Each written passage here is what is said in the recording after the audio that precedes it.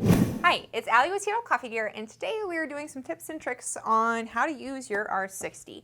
Now, if you've purchased this machine, you probably know it's pretty advanced. You've got a lot of functionality there. So we're going to talk about some ways to kind of approach it and maybe make it a little less intimidating. So first and foremost, I would recommend if you are relatively tech savvy, which I'm assuming you are since you got this type of machine, I would use the app to kind of get acquainted with the features of the machine, just because it makes everything a little bit simpler. It kind of breaks it down a little bit better than in this kind of more analog menu. So if you notice here, I am opening it up, and the first thing whenever you take it out of the box, you're like, how do I connect with the machine? You do have to go to your Wi-Fi settings, connect it that way. It says Rocket Espresso, and the password, I can never find the password in the manual or anything like that. It's Rocket R60V, and the R's and the V are capitalized. Yeah, so that is helpful. It took me a while to figure that out. I think I had to do a lot of Googling before I could hunt down the password. But essentially, once you're connected, you have access to all of these controls inside your phone here.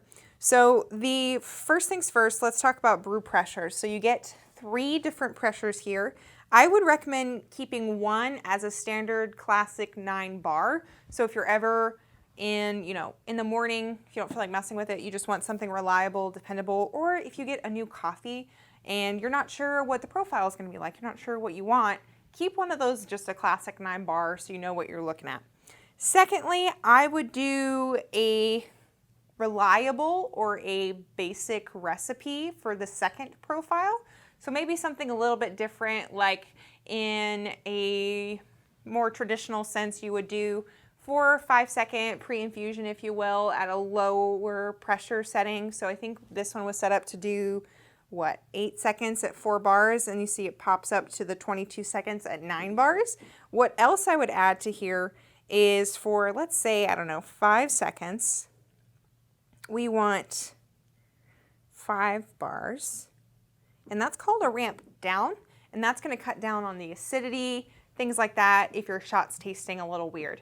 Now, the specifics of pressure profiling can get really intense and really complicated. I don't think anyone truly knows how to brew a perfectly profiled shot, but you can definitely try, and you can try things out, and I think that's the whole point, is kind of giving you a new perspective on coffee.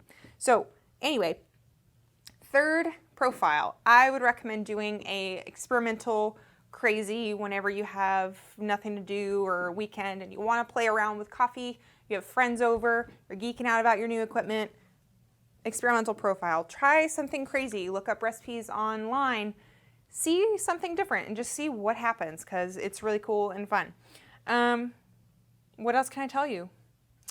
For the steaming, it's going to be a little bit different, and I think the R58 and the R60 have a little bit different steaming technique to them than some of the other Rocket machines. Part of that is because the steam tip is a little different. I don't think I can twist this off with my bare hand right now, but it's a little different in design.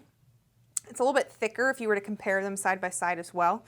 This does not work with the accessory add-on kit, by the way. So this is a different style of steam tip. But you have to get used to that. I like to turn the temperature all the way up because I think it helps make it a little bit easier to get used to it. It does a little bit better on the swirling, things like that.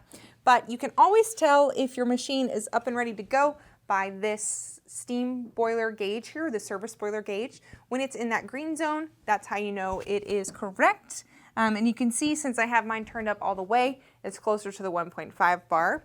Now, on the other side of your machine, you will see the pressure gauge. And this is actually what the pump is providing you, like the pressure the pump is giving you, not actually what's going on in the brew head here. So that can sometimes be a little confusing.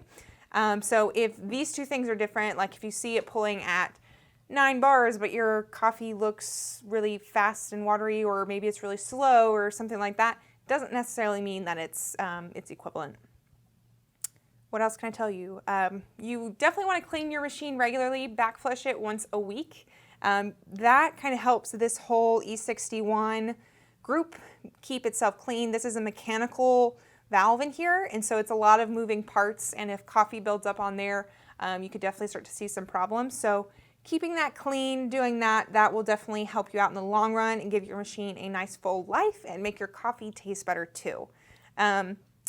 Wipe off your steam arm with a wet rag. That is important to do it as soon as you can. Good thing about Rocket, they are insulated, so dual wall steam arms, so it won't happen very quick, but eventually milk will burn on, and that's a little annoying and not great for the life of your machine. What else can I say? So getting a machine like this, you may be a little frustrated at first because obviously there's a lot going on. That's why I think it's so important to have a classic profile that you can rely back to. When I first started playing with this machine, I got in really over my head and I was trying to do all these complicated things. Start out simple, start out with something familiar and start out with something known, and then you can learn about it as you make small adjustments, just like with any experiment or something like that. Another trick I would recommend is dial in your grinder first. So dial in your grinder with that 9-bar pressure so you can get that close, because if you're trying to dial it in with all these funky pressures, doing all this crazy stuff, it'll be really difficult to kind of hone in on what you're trying to do. So start out at that 9-bar. So last but not least, I will say that one thing, if you're going to plumb in this machine, since it is stainless steel boilers, the filtration that you use is a little bit more important than you'd think, and it's very specific to the area. So certain things you'd want to look out for are the hardness level and the chloride level. So if you need help doing that, let us know, give us a call. We can probably help you find filters, and we have those on our website. But it does kind of add a little extra cost, so be aware of that. If you're going to be using this from a tank, just be sure you're doing really nice, well-filtered water, like a bottled water or something like that, and make sure you're keeping that consistent, because water can do a lot of damage to the machines if you're not careful. This has been tips and tricks for the R60V by Rocket Espresso. Thank you so much for joining me.